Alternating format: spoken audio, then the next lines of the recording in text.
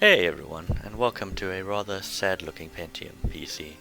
This is actually my old file server which I used for more than 10 years between the late 1990s to around 2010 before the hard drive finally died and the computer was unceremoniously put into storage.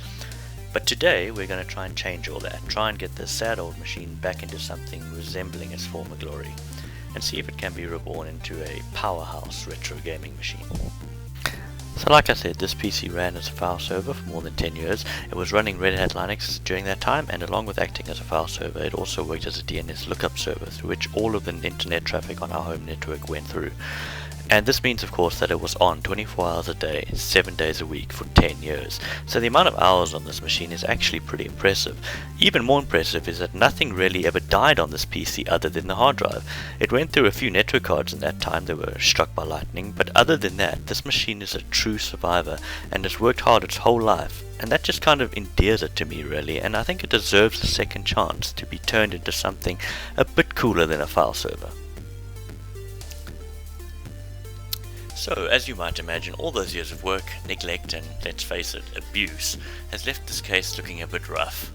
Plus you might have noticed that there are these weird holes on the side. And no, those are not speed holes. Hey, what are all these holes? These are speed holes to make the car go faster. Oh yeah, speed hole. No, these are screw holes. Oh my. You see, this PC was mounted to the wall for all of those years, and the easiest way to do that at the time was by drilling holes in the case and just screwing it directly onto the wall.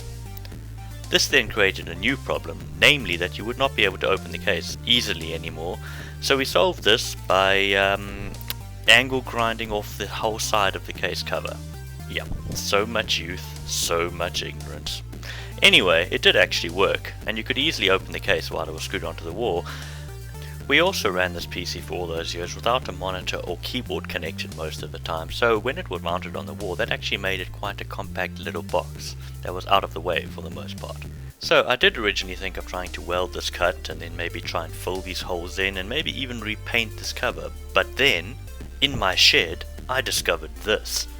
I literally have no idea which old computer this came off, but unbelievably this cover is the right size and actually pretty much fits this case perfectly, so we're totally going to use this and scrap the old cover.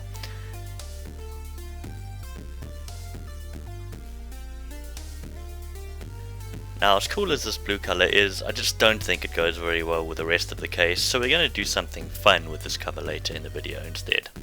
Okay, so let's go ahead and strip this computer down and see what we got.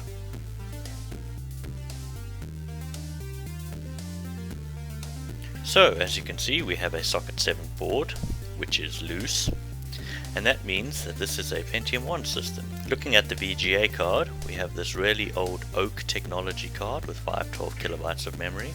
This is actually an early 90s card for probably a 386 or 486, but since we were running a text-based Linux distribution on this PC, it never really needed anything more than that. Also, since this PC mostly ran without a monitor, the graphics card was not that important. Obviously when we rebuild this PC we will put in a better card for Windows 98.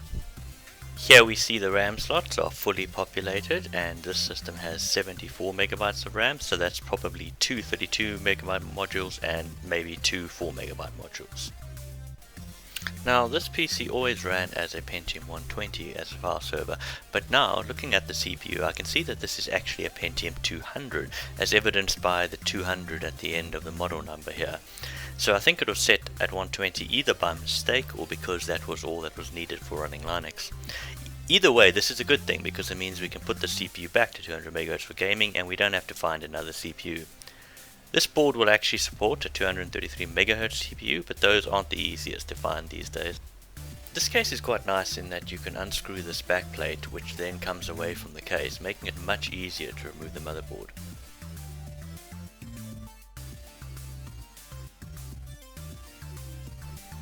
Other than disconnecting the power leads of course, which is always a pain in these AG systems.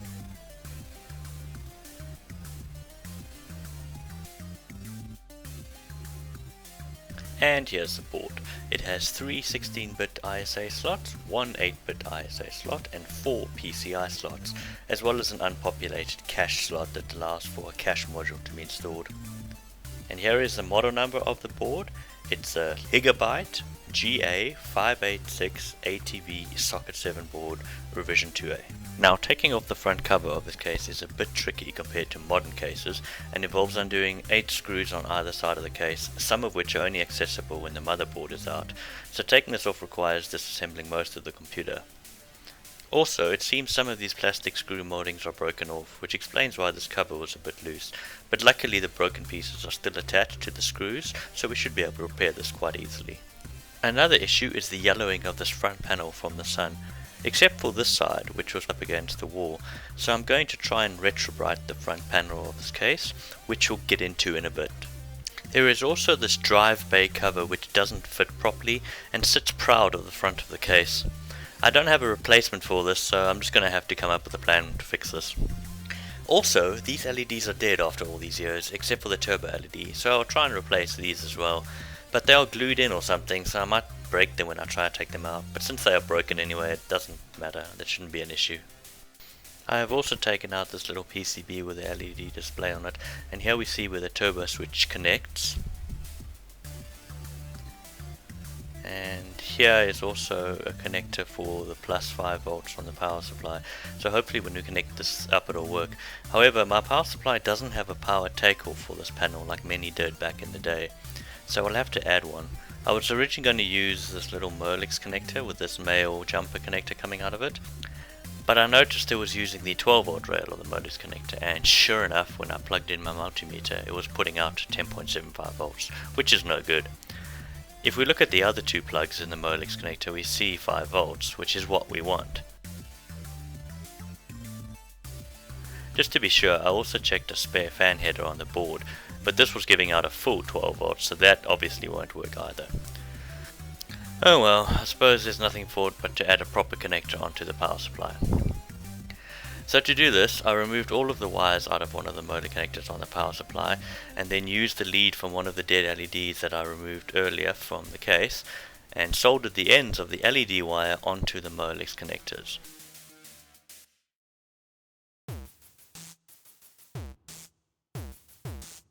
I then reassembled the Molex connector, and voila! A built-in, sort of LED panel power cable.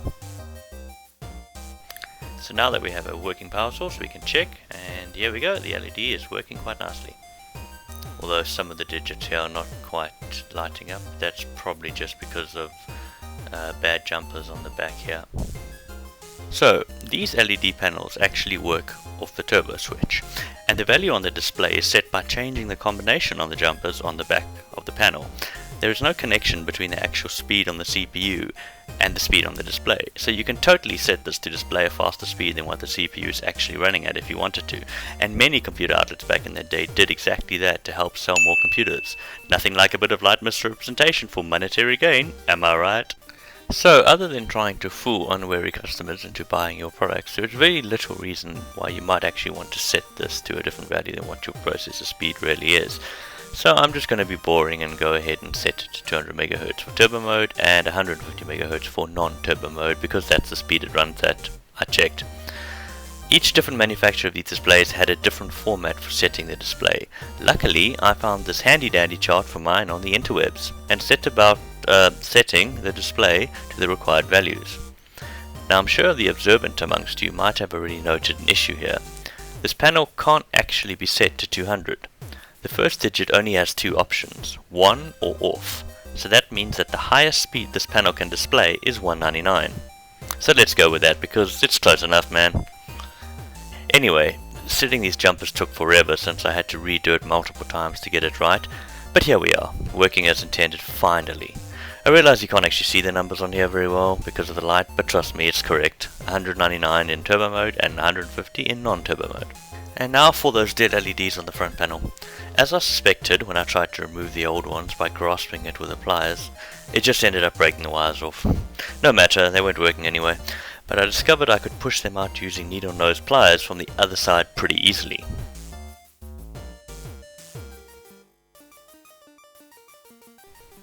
So that's the old broken LEDs removed. I also had to remove the key lock here, but found that the nut for the key lock was smaller than the combined key lock plug on the end of the wire, so I had to cut those wires off, which is a bit annoying, but I'll have to resolder them later. Now that this front panel is stripped, we can try retrowriting it. I wasn't too keen on the paste method because I didn't have xanthan gum, and also because my previous tests have shown it to be very strong and it actually damaged the plastic on some things I've tried before. So instead I just immersed this front panel in water and added 2 lots of hydrogen peroxide solution. One was 6% and the other was 40 volume. I then covered this in cling film and left it out in the sun. This method was much slower than the paste method, and even after 3 days in the sun it wasn't quite as pale as I would have liked, but I think it's still a massive improvement over what it looked like before. You'll see it at the end of the video. But clearly there is more experimentation needed to get the retrowriting method down. And now onto the bare chassis. You can see there's some surface rust here, and also here, and down here as well. And I think there's also some on the inside over here at the bottom. It's not serious, but it doesn't look very nice, so we're going to clean this up, and I'm going to use this rust off rust remover. I painted it on with a paintbrush, waited 5 minutes, and then went to town on it with an old scourer. And you can see this cleaned it up much nicer. Once that was done, I threw the whole lot in the dishwasher to give it a nice good clean. Now that everything's washed, let's have a look at those dead LEDs. I had removed the old ones, and you can actually buy new sets from places like eBay, but it's a bit pricey and it'll take forever to get here, so ain't nobody got time for that. Ain't nobody got time for that. And anyway, since I have this old case here that I don't really like, I'm just going to cannibalize these LEDs and stick them in. Whoa, that was a bit too much glue, but it still fits in perfectly.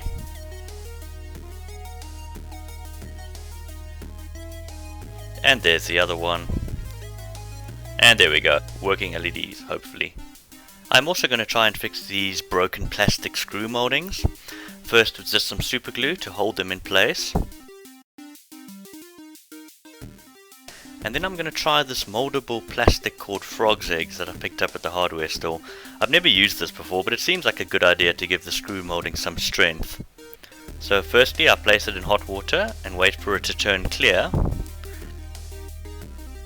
And then you can mold it into a blob of plastic like so, and apply it around the base of the screw moldings. It's pretty easy and it should dry white, so it should look quite good and be strong as well, hopefully. So let's have a look at what parts we will be using for the rebuild. Since the old graphics card wasn't really up to the task, we're going to put in this rather weird and interesting S3 Stealth 3000 card with this funny little RAM extension card that sits on top. This is actually an early 3D card in its own right, and we will be taking a closer look at this in part 2 of the video. I'm also going to put in this ESS audio drive sound card. It's a pretty standard sound card with good compatibility, so this should work fine. And then for networking, I'm going to use this 3COM Ethernet card, which should work under Windows 98 and will allow me to transfer files from my modern PC onto this PC much easier. I'm going to also try and use the slightly more modern hard drive, which is a Hitachi Deskstar 82.5 gigabytes. It should still work, even though the BIOS might not detect it properly. So let's go ahead and put all this back together.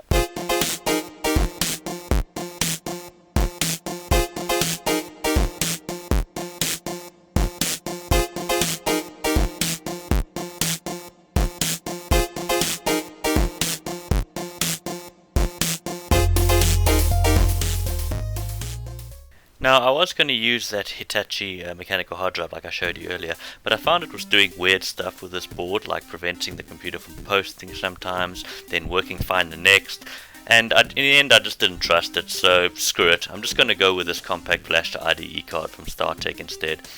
And these are well documented in the retro PC community as being a really nice easy replacement for mechanical hard disks. And then I'm going to use this 4GB flash card to go with it.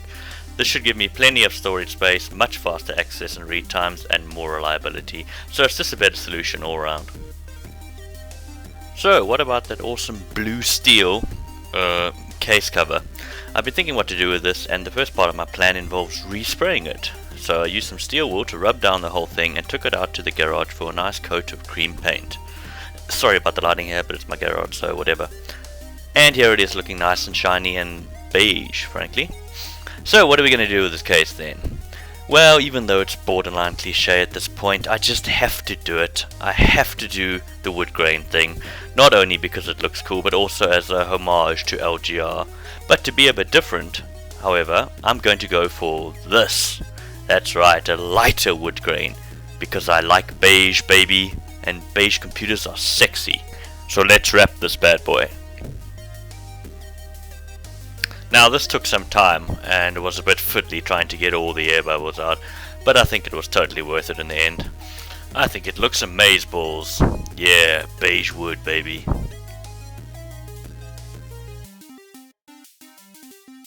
So the final touch to this PC case is the missing surround for this LED speed display. Originally it would have looked something like this, a sort of dark green ellipse. Obviously finding a replacement for this now would be next to impossible, so I decided to try and make one instead. I took a rubbing of the front panel to get the shape.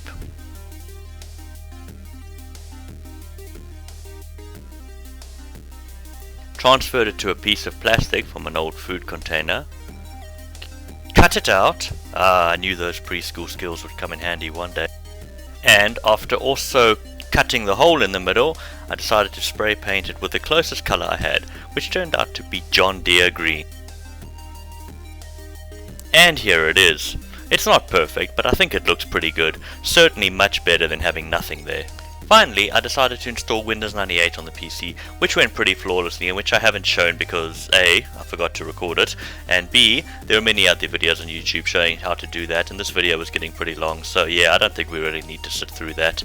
And yes, I know Windows 95 is technically more correct for a computer of this age, but I just hate Windows 95, frankly, and since Windows 98 is basically the same but much improved, I'm going with that. And well, there we are, finally finished. The amber wood grain Pentium has made a comeback worthy of Lazarus and is looking much happier than it did before. It's not perfect by any means, but considering how rough this case was at the start, I'm pretty happy with it.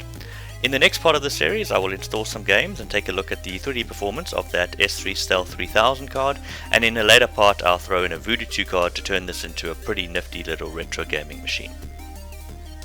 Thanks so much for watching. If you found this useful, enjoyed this video, please leave a like or a comment, and don't forget to subscribe for more content like this in the future. Until next time, cheers guys.